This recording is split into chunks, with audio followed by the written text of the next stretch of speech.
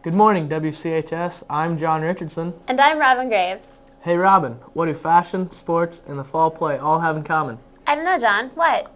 I don't know either, but they're all in this week's show, so stay tuned.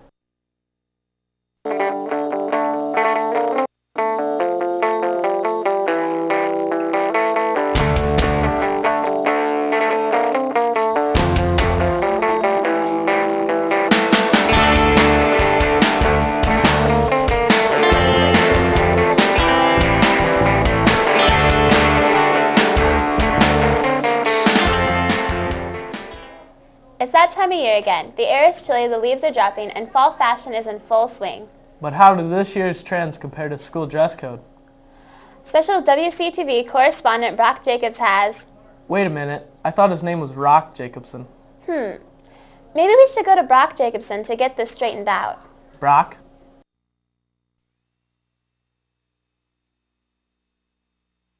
Hello, ladies and gentlemen, and welcome to the main event. We have an interesting matchup today. The school dress code goes head-to-head against student fashion trends, but we will only have one victor. Representing the school dress code is Brock Jacobs. He has never been sent to the principal's office. And reporting for student fashion trends is Rock Jacobson. He works at the Buckle and wears the latest male and female fashion.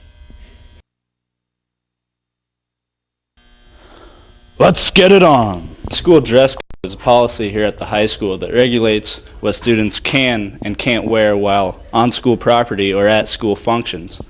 I went to Mr. Hunt to find out more about the school dress code. The dress code is really pretty simple. Our dress code really addresses the midriff area, making sure that the bottoms meet the tops and the tops meet the bottoms. What do the students think of the dress code? I think the dress code is a bit harsh. Yeah, I think the student dress code's appropriate. That way I don't get distracted while doing my studies in class. How much do you think the dress code is enforced? And which part is enforced most often? I went to Mr. Elkin and some teachers to find out my answers. I think the dress code is being enforced for the most part universally. One thing students have to understand is that we're not actively seeking out dress code violations, but when students present themselves to us, then we're going to call them on it. And I think the biggest offender right now for the dress code is the mid-dress. I think the dress code's been enforced more the past 5-6 weeks. Well, that's how the student dress code wraps up. To find out more about its competitor, I'm going to send it down the hall to Rock Jacobson. Rock, you can take over from here. Student fashion is all over the halls. To be the most fashionable that I can, I wear both boys' and girls' fashions. Let's go to some students to know more about the student fashion here at the high school. Well, the fashions that meet the dress code, we have the Crocodile Dundee outfit, which I'm currently sporting. Sometimes, you can bust out like an outfit made of duct tape. Or if you want to, you can just be like, hey, I'll wear a flowered Hawaiian shirt today, which I do on the occasion. They all meet the dress code, and they look fabulous. What fashions are there that break the dress code? Well, one fashion that breaks the dress code is girls showing a lot of midriff. Fashions that I hate that breaks the dress code is when guys sag their pants and you can see their underwear. It looks like student fashion trends beats the school dress code in this matchup.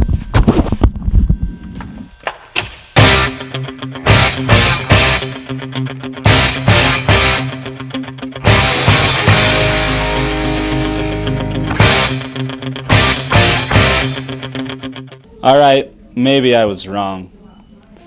No matter what fashion you choose, it must fit the dress code. I'm Brock Jacobson and I'll be in here for a while. Hopefully Brock won't be spending too much time in Mr. Elkin's office. Yeah, he might miss the winter upcoming sports season. Let's not get ahead of ourselves, Robin. It's only the end of the fall sports season. You're right, John. For the 2004 wrap-up of volleyball, cross-country, and football, here's Joel Abbott. The leaves are falling, the crops are being harvested, and the coats are coming off of their hangers. So this must mean only one thing. The fall sports season is almost over. So what have these teams been up to? I went to Brock Jacobson and Kenny Crothill to see what the football team has done. I think we've had a pretty good season this year. We Started off kind of slow with a few losses, but lately we've been picking it up and playing some good football. We're 3-5 right now, and considering we started 0-5, I guess it's pretty good. We started to come together more as a team and all that.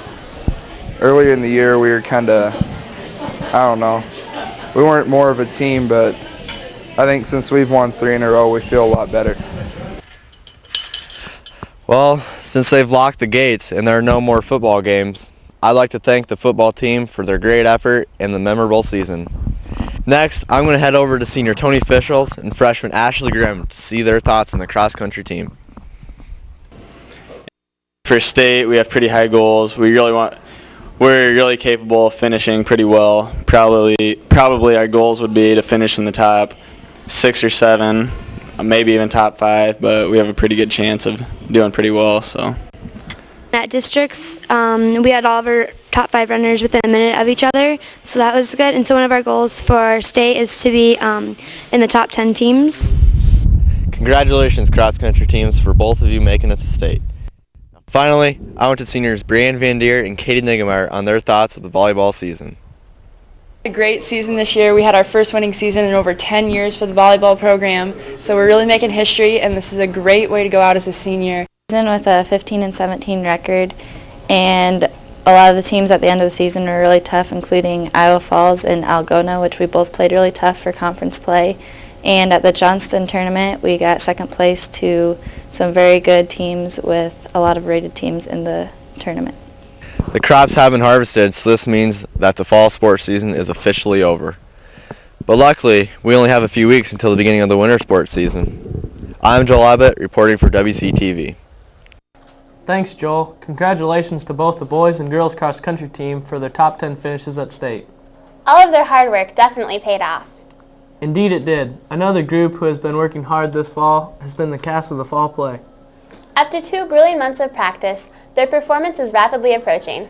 With a preview of this weekend's show, here's Maggie Maxon. It's not every day that people come out of these curtains and stand in the spotlights, but 23 talented students are ready and willing to do so for this year's fall play, I Remember Mama. The director of this play, Mrs. Garvey, is here to give us a little insight of what the play is all about. I am excited this year because we're doing something very, very different. We decided not to do a musical this year, and so I chose a play about an immigrant family from 1910. It's a Norwegian family who, through trials and tribulations, find out just how important family really is to them. And so if you come out and see this play, you're going to see comedy, you're going to see a little bit of tragedy, and it's just an all-around good time. It's a very poignant piece that when you walk out of that theater that night, you're going to feel good. Okay, so we know what the play is all about. Now let's get a sneak peek of the stars of the show. Tell us a little bit about your character. Well, I'm Christine, and I'm the older sister who's quiet, snotty, but I'm the cool, matter of fact, one of the family. And you, sir? Gee, Maggie, I'm Nels, the oldest child. This is my sister Christine. She can be kind of a snot sometimes. I am Uncle Chris. I have my automobile. I am head of family and I own orange farms. I like kids who brush their teeth good and ones that like Chinese food. My name is Katrin. I am the oldest daughter, and throughout the play I'm writing stories, and I've been rejected over and over and over again by magazines, and I get very frustrated, and my family helps me through it. The play is looking fabulous. Remember, they perform on Friday, November 5th and Saturday, November 6th at 7 o'clock in Primsa High Auditorium. I'm Maggie Maxon reporting for WCTV, and I think I'll let Uncle Chris send it back to you guys in the studio. So come see I Remember Mama. It's good. And remember, my milkshake brings all the boys to the yard and they like it's better than yours, you done right. It's better than yours, I could teach you, but I have to charge. Thanks, Maggie, or should I say Uncle Chris? The play definitely looks like it's going to be a hit. And as for us, it's time to hit the road. But we'll leave you with some footage of a few pumpkins that hit the ground. Remember, don't try this at home. Thanks for joining us. Thanks for watching WCTV. Join us next week, same time, same place. See ya. It's better than yours, I could teach you, but I have to charge.